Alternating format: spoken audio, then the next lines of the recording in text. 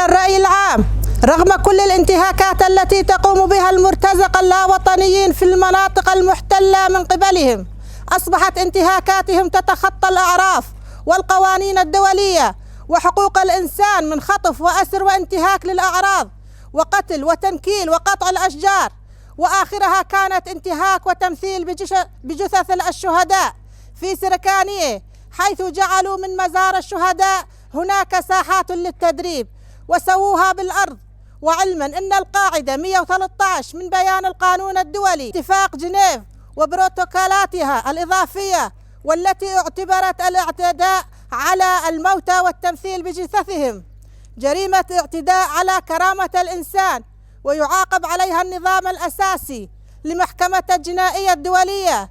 فنحن كمجلس المرأة لعوائل الشهداء في شمال وشرق سوريا نندد وبشدة هذه الممارسات المنافية للأخلاق والبعيدة عن الإنسانية، وننادي المنظمات الحقوقية والقانون الدولي بالتدخل لوقف تلك الانتهاكات التي تحصل أمام ناظر العالم وتلك المنظمات، ومن ضمنهم الضامنين الروسي والأمريكي، حيث يتلامسون تلك الممارسات وتحصل أمام ناظرهم ودون أي تدخل أو تنديد.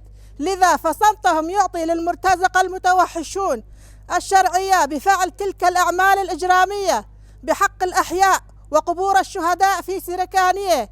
فشهداؤنا هم قيم ثورتنا وقديساتها، وهم من ضحوا بأنفسهم لتحرير الأرض من دنس الأعداء والمحتلين.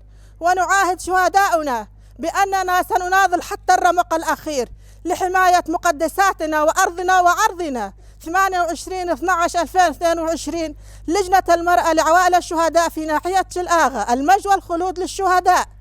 شاهد نامر، شاهد نامر، شاهد نامر، شاهد نامر.